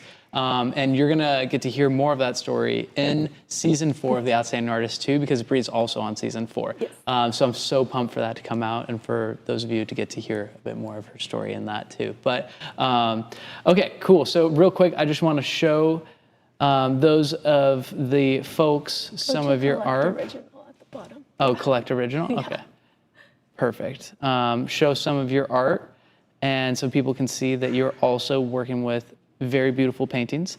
And that is a part of the equation to success as an artist is being a good artist. Go figure, right? So yeah, how would you characterize your style? Yeah, my style, I'm starting to lean more towards like a new age renaissance. It is a mixed media style for my stuff, but with hearing feedback from people in person, every time they see this color palette, it always reminds them of a modern renaissance. So I'm starting to kind of cater towards what I've been seeing in recent collectors. Very cool. Yeah. That's awesome. Yeah, I love that, and that you're getting that feedback too. Yeah. Okay, so Bree currently makes $25,000 to $30,000 a year with her originals, $15,000 to $20,000 a year with commissions, $5,000 to $10,000 a year with prints, and $18,000 to $30,000 a year with mentoring and coaching. She's also one of the mentors and coaches for the Mastery Program. So if you want to learn with Bree while you're going through the Mastery Program, then you absolutely can and get that one-on-one mentoring from her too. So, okay, so why don't you walk me through your process from for getting leads to customers and through this cycle for you right now? Yeah, so currently I do rent my own studio gallery space. So with that, I get most of my leads through natural foot traffic from the building. So every Saturday we have an outdoor market where they bring in other artists, food trucks, things like that. And lots of families come by, walk through, visit. So I get natural foot traffic that way. And Friday nights we have concerts. So it's a lot of people who come beforehand, never during the concerts, but always before because they want to enjoy the music. And then that's how I get my leads naturally. But I do know I need to grow in getting my own and not always depending on foot traffic because there are some slower seasons, so I can be better at bringing it in myself. And one way I've started to do that is through YouTube videos and just showcasing my studio because I love showing it in person, but I don't utilize it enough online. So that's where I'm starting to grow. And then with that, since I have the two spaces separated, I will invite customers or potential collectors over into my studio side to walk them through the process. And I always have like the starting of paintings hanging up on a wall so I can show them how it starts. I take them up to my easel. If they want to see me paint, I'll explain something as I paint. And then we walk back through to the gallery side for them to see the finished work and we can talk about which paintings connected with them. In the gallery side, there's also a staging area where I have it set up with like a little couch, a book table, and plants, so that way people can see what it looks like in their homes as well. And so then I also utilize the fact that Our studio is open to the public on Wednesdays through Saturdays, but closed to the public on Sundays, Mondays, Tuesdays. So on those days, I invite potential collectors over for them and myself to have like one-on-one time. We get coffee, we talk about life, we talk about their potential commission, and that's how sometimes it also sells another piece in there because they're in there and we get the chance to talk about it. So that is my current business model right now. Cool. Awesome. Yeah. Awesome. So the main focus is just getting more people to come in to your studio gallery, basically, right now, right? And then also utilizing, YouTube to possibly like nurture those people and also attract more people as well, right? Do you want to tell a little bit about the idea that you had for, so we'll kind of talk about two different business models with you. We'll talk about like the studio gallery, how to get more people in there, talk about like what you're currently offering and, maybe any potential upsells that you could have for that too. But I'd love to talk about also your, the print idea that you have for new moms. Yeah, so currently I am 19 weeks pregnant. So if you see me kind of popping out of this, it's trying to get too tight this week. So that's the reason I didn't let myself go. But, with that coming up, I know there will be a new challenge of me not being able to be in my gallery space as much. So I'm trying to see what other ways I can get recurring income for myself. So that way I can continue to make money while I do need to step aside and take some time off from the gallery. And since I do paint a lot of still lifes in my pieces, I thought it would be a really cute idea because I'm very excited about, what fruit size is she this week? And right now she's turning into a banana. So I want to do a whole series based around still lifes from the different fruit that someone's child would be growing into each week. And then I would section it into 3 trimester packs of paintings. So I'd pick a couple for the first trimester, a couple for the second, and a couple for the third. And Jake and I were discussing this, and we were talking about how I could collaborate with other people who are in my current studio building. One is a maternity photographer, so that way we can start sending each other's audiences towards one another, and that can also help with the potential upsell. Yeah. Absolutely. Yeah, so that's I'm like really excited about that because I have a lot more experience with that. But in terms of the studio gallery, I think the number one thing that you could start doing that would help generate more leads is just having like themed events.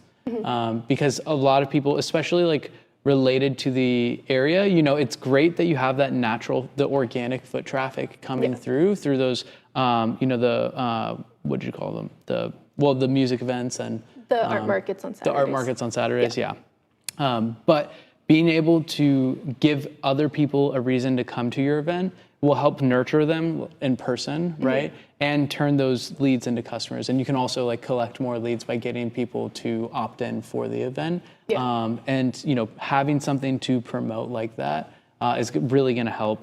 So, I mean, what we do for the gallery is we create, a themed event that's timely and related to, so like it's seasonal. We do typically once a month, and we'll have a limited amount of spaces available. So only so many tickets. Tickets are free, but you have to RSVP in order to come. Okay.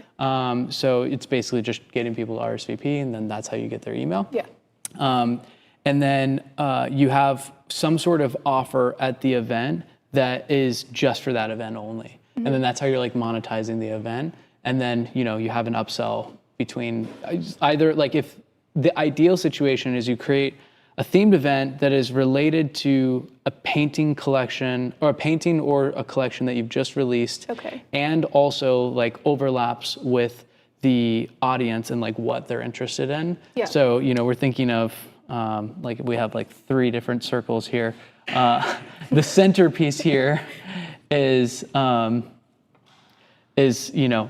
your art plus audience interest, so like a theme that's related to your audience, plus seasonal. And that's like a great kind of formula for getting people to show up to an event and RSVP and show up for it. So then what you do is your art becomes a part of the offer, right? So you have some sort of offer that is timely just for that event only, and like afterwards it just won't be available again. Okay, so we do have open studio nights, kind of quarterly, where all of the galleries in the area are opened. Would that be a good time to do this, or is that That's not a good as time to get effective? leads for this, I would Okay, say. Like got you it. want to have it that night, the only focus is you. You don't want people like leaving to go to the go other to other ones. spaces. Like if anything, are you allowed to have events on Sunday, Monday, Tuesday? Yes, I can. Okay, Yeah. awesome. It's just not open to the public. Yeah, so those would be Great. private events for myself. So a Sunday private event, I think, would be like perfect then. Mm-hmm. So you would want, like, if that event is, let's say, like Saturday or whenever that is, then Yeah. you would want to have your private event on Sunday. So it's like exclusive. No one else is like having an event that day, Yeah. ideally, and the focus is just you. You're not having to like share the attention with other artists who are having that go on at the same time too. So then you take like one of the paintings or something that you're really excited about that you just created, you make an offer around that. So you could do like, you know, the buy one, get two free offer, or buy one, get one free, or a special promo for that night only, like 20% off, or, you know, there's, you know, you could do any of those, I guess, or like something else. I'm drawing a blank right now in this moment, but you make some sort of offer, and then at the end of it, then you want to like upsell as many people as possible too. So ideally, you have something that's like scarce. There's only like 2 or 3 available, that all the people who come to the event and become a customer get access to buy that thing. Okay. And I mean, you can sell it to anyone else too. Like it doesn't have to be that you don't, you know, allow people to buy the upsell from the get-go. You can, but typically more people are going to take the smaller product, and then if you just make the offer, like so many people just shy away from making another offer when someone buys something, and it's a huge mistake, because the majority of people who buy something, not the majority, a minority of people, but a percentage of people who buy something can afford 10 times more than what you had. Like they would be willing to spend 10 times more, but if you just don't make that offer to the person, then you'll never be able to capitalize on that like 10 times more that you could have made. Does that make sense? Yeah, that does. So that's why I really encourage artists to have some sort of product that's like in the $10,000 to $30,000 range. It sounds crazy, especially like if you're not used to selling very high ticket things like that, but some people really, it's not that big of a deal to them. Like if they have $10 million, spending $30,000 is a very small amount for them. It's not like a big deal. Like they could just buy a new car cash without having to think about it, you know? So why not get their entire house redecorated with their favorite artist's art, you know? Yeah, and with things like that, would you ever consider offering a payment plan, or are those deals so special that they should be all paid? No, I would absolutely offer a payment plan, Okay. but only to the people who indicate that they're the most interested, but are like hesitant on the payment side. So like the first step is to try to get them to pay. I mean, it depends on how you're delivering it too. Like if you're just selling, like, let's say a bundle of this new collection, like someone can buy the entire collection for the special price of $25,000, or like, it's 7 paintings and each painting's $5,000 and it's $35,000 if they like buy each painting individually, right? Or, so like if it's all ready for them to take home right then you upsell the whole thing together at once and you try to collect the full payment. Okay. And like, that's awesome. Yeah. Like having that giant amount of money hit the bank account, it's like, whew, such a good feeling. But if it's something that you're delivering over time, then you want to have the payment plans match up with milestones. So like if you're selling a bundle of commissions, right, and you're making the paintings specific just for their home, then you have like a deposit payment, once all of the subject matter is decided upon, halfway through, and then upon delivery. And you could do like, 25% down, 25% at this milestone, 25% this, and then 25% when you deliver. Okay. And you do whatever kind of process works for you in terms of your own creative process, but 3 up to, I would say, like 5 payments is good. And then if they can't afford to do that too, then you try to work on like even longer payment plan cycle. So you're like, okay, well, what if we did this over the course of 10 months? Because honestly, it would take me, probably close to 10 months to do this. And so instead of doing this payment cycle where you're doing a large chunk up front, let's do like 10% down and then we'll do 10% every month. Okay. That way it's easier to afford. And if they still can't do that, then you ask them, what could you afford? Yeah. Right? And that's if they really want the thing. Yeah. Right? And it takes a lot of conviction. And it's like, persistence, but if they really want that whole home art transformation, then, you persist and you just try to make it work for them, and whatever you're willing to do while like walking them down in terms of like downselling different payment plans, but you're not decreasing the price unless you take away from the actual product itself. Okay. So, you can remove features or remove, parts of the product in order to lessen the price. And that's why it's great to start out at like a really high price point too, because if they're immediately like, that's way out of my budget, and you offered 20,000, you're like, oh, well, what about I'll create a custom piece just for your living room, and I can do that, depending on the size, for around $2,000. How does that sound? And it's way easier for them to say yes to $2,000 after hearing $20,000 than it is to just go straight for $2,000. Yeah. And then they feel like a relief of like their own ego, honestly, in terms of like being embarrassed that they just couldn't afford the $20,000 And they still get thing. something they want out of it. And they get something that they're in love with out of the process too. So that's like a great way to make a lot more money. It's like having that price anchor upsell. And, like Dimitra sold a I think it was $48,000 painting just because it was like a really large painting. And, like her collector reached out and was like, I have this wall. And I was like, ask her for a picture of the wall. So she sent a picture of the wall. What painting size would you recommend? Was the collector's question. And I was like, Dimitra, how much has this collector spent with you in the past? And she was like, this much. And then I was like, offer the biggest painting you've ever done. Because why not? And she was like, no, that's asking way too much. And I was like, dude, she can afford it. And I just kept pushing her to like make, and it's a 6 foot by 8 foot painting basically. Because the wall was huge. I mean, it's a beautiful house. And so she just said, I can do a 6 foot by 8 foot painting. There's these custom canvases that I would get done. It would be done over this amount of time, and it'd be $48,000. And she said yes. See, and I think that's what I need to start thinking of is why not ask that? Because I get a little bit timid sometimes to ask that much right now. Yeah, totally. Yeah. And I mean, the best way to ask for more is just go bigger, right? Like, in terms of, there's a whole price increase that we could talk about too, but that's like once you have consistent demand, and demand is or supply is the constraint, then that's when you would want to like Tanya, where are you? Tanya, I would potentially recommend to increase her prices because she has very little inventory. She's got her art in tons of galleries.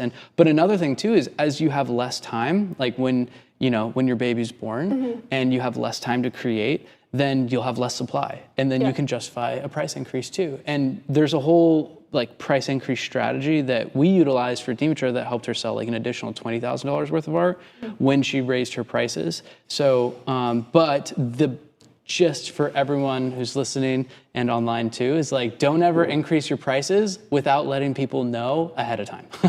Because like then you're totally wasting an opportunity to sell a lot more at your current prices. And that's how you kind of piss people off, is just raising your prices without letting people know ahead of time. You can actually like burn relationships that way too. So, okay, so in terms of selling with studio gallery events, do you have any other questions? And like generating leads with themed events that are about the intersection between your art, what the audience is interested in, meaning like local audience, so I don't know what the local audience would be interested in, and then something that's seasonal too, right? And then you have a special offer for them based off of something that's obviously your art, but is like related to this theme and is available for the event only. And then you're upselling, you're making the offer of the upsell for the really expensive thing to the select few. And then you only have a limited amount of those really expensive offers available. And, having that scarcity, like I'm only doing 2 of these bundles for all of my collectors. So if you're interested, let me know immediately. And then, having that downsell process if they don't end up buying it on the spot. Along the way, the only other thing that we didn't talk about is like the nurture. So for all the people who RSVP, you want to like have an email that is a confirmation email. So like they signed up for the event. Then you want to have an email that's like 2 days before, hey, just a reminder, this event's coming up. Let me know if you won't be able to make it. And then an email the day of the event. And then emails after the event too, reminding them of the offer. I was about to ask if there were like follow-ups that I should focus on after certain events, if I should continue like the upsell I have or the offers I have to them only on an email list. I would totally do that just for the people who came to the event. Hey, so many people asked me, blah, blah, blah, I don't know, whatever, give some sort of reason.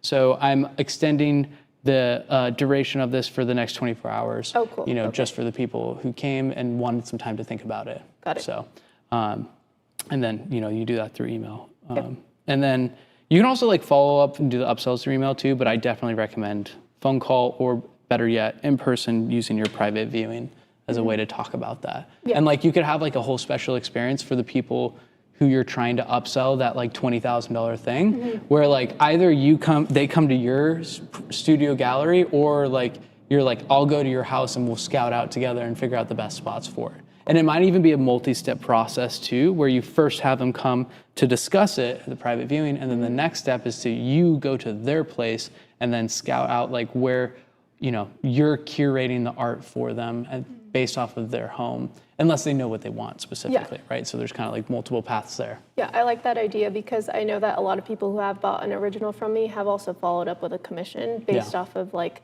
the piece they already have. Now they want something special to their family in that too. So that's such a good point and such a good reminder too. In terms of like following up and nurturing, for all the people, which is all of you guys, who are already selling paintings and have collectors, like when you make a new painting that's similar to a painting that you've already sold or could be paired well with, please reach out to that collector and just say, hey, I'm working on this new painting and I thought of you. Just wanted to share it with you. Like you're not trying to sell them it because, you know, if they're interested, they'll let you know at that point. But Dimitra's done that so many times and it has really helped. Like, I mean, I think last year alone, she sold like an extra $40,000 of art just from doing that alone. And like she has this one collector who loves wolves and he's bought like 4 wolf paintings from her at this point. And another collector who really loves specific color palette. And so every time she paints in that color palette, she sends it to that collector. And another, so anyways, it's just, that's a part of like the nurture for the people who have already bought the high ticket thing from you, which is an original painting. So, okay. So we're already over time, but I really want to talk about this last thing. So, and honestly, we're kind of on track with how I expected this to go. So,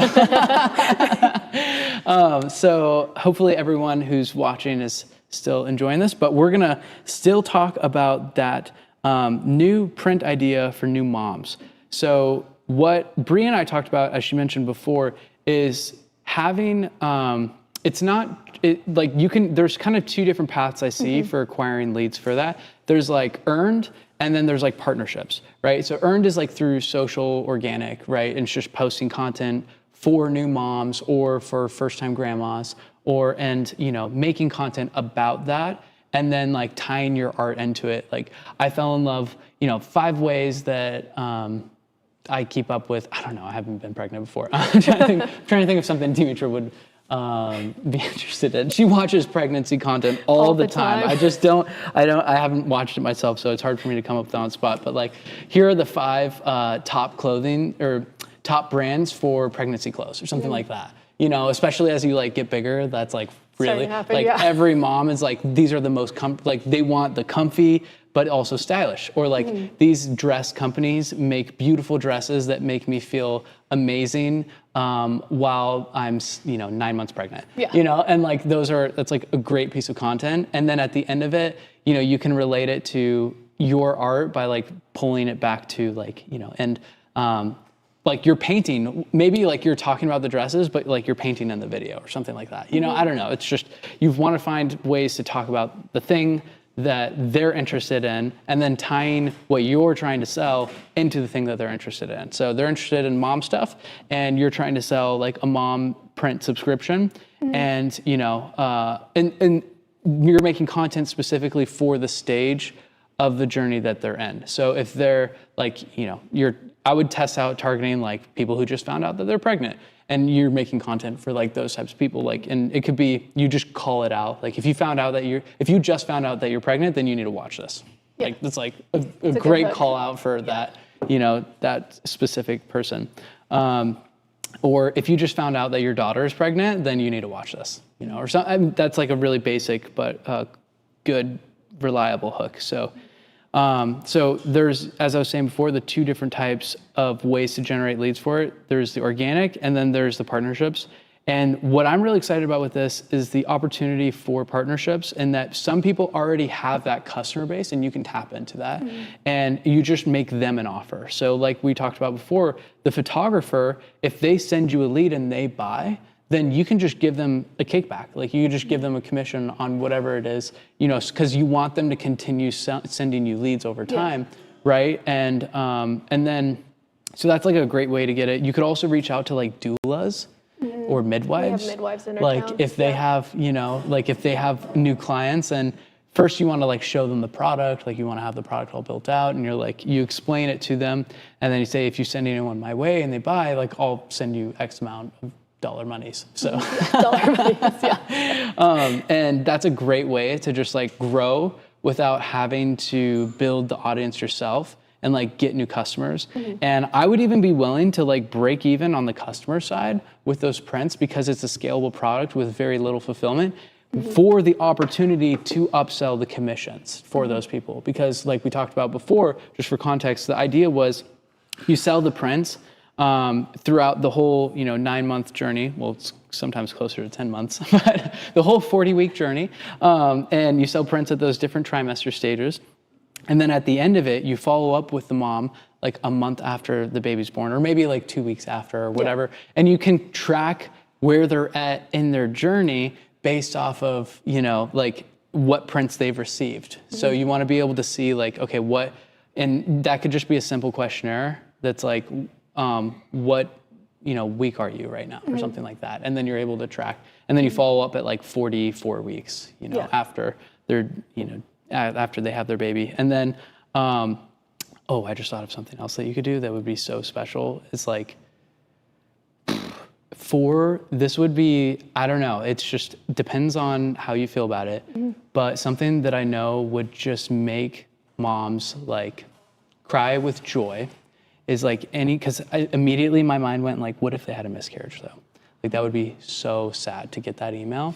And if there's some way of finding, like if they respond back or something like that, that like they didn't carry all the way, and or they lost their baby, then you could send them just like a free gift. And like, I don't know, like you have like a painting that you make for those moms, and like you just don't even like ask any questions. You just send them a free painting of like their baby in heaven or something. Not like a full painting original, but like a print. And then it's like, you know, very goodwill, you know, friend for life, basically. So anyways, I just thought of that when I was thinking of what could go wrong. That was a concern of mine as well, was like how, if that were to happen, how do I go about that? Because I know I would be super sensitive about that topic. And then another thing that I was wondering too, with my current audience, how somebody who maybe doesn't want to be a mom or is not, or has gone through that, how can me promoting this affect those people? Could I potentially lose current followers and collectors over this, or is this something that I just focus on gaining a new audience kind of? I mean, it's really like a whole kind of brand shift. Like if that's like who you want to go after, then it's gonna be like, you're just gonna attract more of those people over time. Demetra hasn't like I mean, okay, I will say she's got like she's talked a lot about being a mom and like written tons of emails about it. And out of all the emails and everything that she's written, all the content that she's created, she's only got one person who like complained. And I'm sure she's lost followers because of it. But it's just like, you know, sometimes it's better to like push away the people who you don't want interested so that you can get the other people leaned in even closer and tighter and a part of what you're doing. So it's just a part of the process. Like if it's something that you're passionate about and you really want to do that, then I would treat it as like a content shift. Like that's what you're going to make content about if you really want, like if you really love that. I think it's a really cool product and offer and something that's like super scalable. And, but again, you're going to probably create a divide within your audience of like people who are interested in that and people who aren't. And over time, what you put more effort into and what you talk about more is what you're gonna have more of those people. So Yeah. in the beginning, it might be like an initial dip, but then over time, if you just stay consistent with it, then it should grow. So Okay. yeah. So at the end of it, she's gonna offer a commission of the baby portrait. That's what I was trying to get to earlier. But before I interrupted myself with the very sad potential outcome. But so you reach out and you say, I would love to paint a commission of your newborn baby. And who wouldn't want a commission of their newborn baby? I know I would. Yeah. So it's like the most precious thing in the world. And I feel like that's a very easy sell. And every time a person one thing that I wanted to like point out as thinking about this specific offer is encouraging artists who are out there and you guys to think about milestone events in people's lives, because it's really easy to spend money around milestones. And so if you can capture a milestone, whether it's weddings or whether it's divorce, or I'm just kidding. Or, I mean, you could go after that too. Or, becoming a parent for the first time, becoming a grandparent for the first time. You could even go after becoming an aunt or an uncle or whatever, or going after, any sort of retirement. That's a great milestone as well.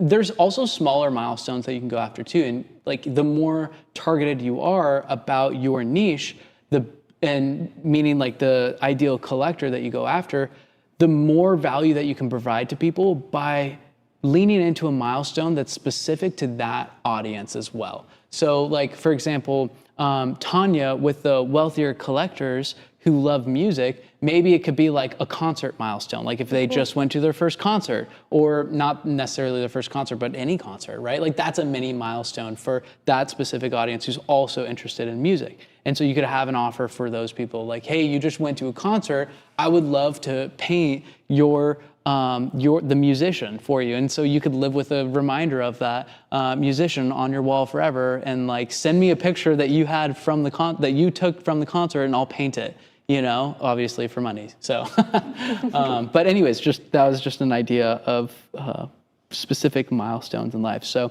okay, I would love to spend another 12 hours talking about this, but do you have any other questions about that side of the print, or this new kind of, I don't want to call it a print club, but that print product? Right. One other question I had was, if I were to do maternity and a commission of a maternity photo shoot and of their newborn baby, at what point do you think would be a good point to put in that maternity there? Would that be in an email sequence that they get, or is that also just an upsell that comes later on? So, you mean of the pregnancy pictures? Mm-hmm. Yeah, okay. Sorry, the lingo, but I would have that be an initial upsell that's right after they just bought about the prints, bought about the prints. Right after they found out about the prints and bought their first print, I would try to upsell the maternity pictures. Well, I would think about it empathetically. When would you want maternity pictures? It's typically around 8 months or so, right? When you're the biggest, right? Yeah. At least I was with Dimitra when she wanted to have maternity pictures. And so I think around that time is when you would want, I would talk with photographers too, and see when do people typically want maternity pictures the most, and then try to time your offer around then. Yeah. So especially if you're collecting information about where they're at, and or all you have to ask is their due date basically. So you do due date minus 45 days, add a tag to collector, and then automate this email follow-up sequence for them if they're still active on this subscription or payment plan or whatever. Yeah. It would probably be a subscription that's a limited subscription for 9 months, but yeah. Cool. Yeah, that was my only question. Cool. Okay, awesome. Cool. Do you guys have any questions for Bree or me? Dree. You were just talking about email sequences, and you've talked about a lot of other technical things that some people might not know. How do you learn about those? How do you learn about email sequences, sending out a newsletter if you've never done that before, or just any kind of automation that you're talking about? Yeah, that's a great question. I think probably the easiest way to learn about it would be to look into some sort of email service provider and their blog. Like they would have on exactly how to do email automations for them. That's like the simplest way to learn about it. That's how I've learned about it to start with, and then just building, like going into the actual email service provider, and not email service provider, the email marketing company software. Yes, that's what it is. Don't go into Gmail. They're not going to be helpful with that. But MailChimp, Klaviyo is a great one that we're probably going to switch to with Dimitra. Kit is a good one. Omnisend, a lot of them do the same things, and they have a very standardized kind of process for it. So it's basically you just create, well, I don't want to explain the whole thing right now because it's hard to explain without the visuals, but yeah, on their blog, they'll have resources on how to, set up automations for it. But the basic ones that you want are the welcome email sequence, which I was talking about with Stephanie before. And that's just like when a person joins your new subscriber list, you send them 3 to 5 emails over 3 to 5 days, like 1 email a day, introducing yourself. The next one you want is an abandoned cart email. And that one, a lot of them have like one-click templates. So you don't even have to, a lot of the email marketing software, they have one-click templates. So you don't even have to learn how to do it. You just click the template and then just change out the words with something that's related to your brand and maybe some imagery and put your signature on there. And then another one that you want in addition to abandoned cart is abandoned view. Abandoned checkout, abandoned cart. So abandoned product view is another one that a lot of people don't think about. But if you already have an email list and they viewed a product but didn't add it to cart. So that's a difference there between abandoned cart and abandoned product view. So that's a great one too, especially like Rita, you have 700, 800 email subscribers. So people who go to your website and who are interested in the thing, they look at the thing, but don't buy, right? You just remind them about that. Or don't even add to cart, I should say. And then, setting up those email automations, it's if-then. It's, there's like a lot of terminology. I'm like, okay, it's actually not as simple. You just have to play around with it, I guess. And I was just going to say, I'm going to be honest, and before I had talked to you about all of these, like even leads, nurture, and upsell, I didn't really see that I had a business model until I talked to you about that. And then I actually put it into place and wrote it down. And then I was like, oh, I actually have a structure here. So, and that's just by understanding some simple things. And the calls you have in SOPA also help a lot with that too. Going to your marketing calls, it's helped me understand how to break down my business a lot more compared to me just feeling like I'm having to do it all on my own. Yeah, that's awesome. I'm so glad to hear that. And on that, I found that like I feel most overwhelmed when there's like unknown unknowns, like when there's things that I don't even know that I don't know. And so just becoming aware of things like this simple circle with nurture in the middle, it really helps clarify what you put your attention on. Because if you only really have to focus on like 4 things on the business side, and like you ask yourself, where does this new activity fit within these 4 things? And if it doesn't fit within that, then it doesn't really make sense to do that. Then it helps, cut away the things that you shouldn't be doing and hone on the things that you are already doing. So, I appreciate that. Any other questions, guys? Yeah, Aaliyah. And you don't have to stand too, by the way, because this camera isn't. It feels so formal to stand, yeah. Okay. I'm going to try and phrase this well, but you guys were talking about like maternity and, finding collectors, obviously, in that realm and things. I'm always worried, and I'm sure other artists are, that I'm like going to niche myself into a box and like I'm going to be painting weddings and never be able to paint anything else. Is that just a fear that, we could overcome somehow? Or maybe what are your ideas or thoughts on that, maybe? Yeah. That was one of my concerns too, was I wasn't sure, are people only going to want maternity things from me now? But I think my overall message and symbolism in the pieces also is like, In my originals I'm doing now, it's all about love and living an abundant life. And I feel like being a mom, that's made me feel so much more fulfilled than I thought I could before. So that's an even greater abundance that I feel like I'm capturing in these. So I feel like they go hand in hand with one another. So I'm hoping that that means I'll be able to stick with the same audience because my message still comes across the same in that. Yeah. That's a great answer. And another thing too that I'm just thinking about with Dimitra, because she has pivoted, not necessarily pivoted, but she's added that new subject matter since she became a mom, and how she's kind of overcome not, pigeonholing herself is still painting the other paintings too. So it's just kind of like keeping it, and like you're saying, Bree, like relating the new thing to what you're already doing, just as like another layer of yourself, rather than like switching the focus to this new thing. So for her, like she'll throw in a girl facing a wolf, into her feed, and because she wanted to paint that, and she'll paint, something in her like more usual style that people are used to, and balancing that with the pregnant moms with babies, or the that's a newer one that she hasn't released yet, but the mom with a baby, that whole series. So. Yeah, and then she's also done like floral paintings too, and she's worked in series and just also individual paintings, and I think that's worked well for her. Is just making sure that it all kind of ties together, like Bree was saying. Yeah. Wow, that's super helpful.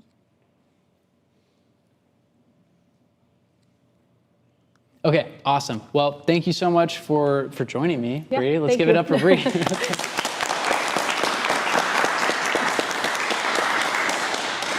And as you can tell, one thing that all of these artists have in common is they have amazing art, and they've all found their voice. They know what they're creating on a consistent basis, and they know to some degree at least who they're creating for. And that really comes through the process of finding your voice as an artist. And so if you're watching this and you're feeling inspired about taking action on your own art business, or if you're feeling overwhelmed, like you're just not quite ready yet, that's why we created the Mastery Program. So all these artists too, have gone through the Mastery Program. And actually all these artists are here to support you throughout your journey in the Mastery Program too. So no matter what option you choose, whether you choose to get Rita, Tanya, Bree, or any of these other amazing artists as your one-on-one mentor, we also have group coaching available in the program. So you get feedback on every single assignment throughout the program in our incredible community. And these guys have calls every single week. We have almost a call every single day. I think we do have a call like every single day that's available for you to join. Though we actually only have one call. You're supposed to join one call a week. Sorry, I want to make sure that I'm clearly communicating that. But the Mastery Program has changed thousands of lives around the world. We've had over 6,500 artists who've taken the Mastery Program. And it's really such an amazing movement of artists who are bringing more beauty into this world. And so if you want to learn more about that, then you can check out the link in the description. We're also going to pin a link in the comments below. But I want to commend you for being a part of the top 20, 30% or whatever who makes it to the end of the video and who's still watching. And if you're still watching at this point, then clearly you're passionate about this. So if you want to find out if the Mastery Program is right for you, then just click on that button below this video. And thanks so much for watching. I can't wait to see you in one of our next videos, and hopefully inside the Mastery Program too.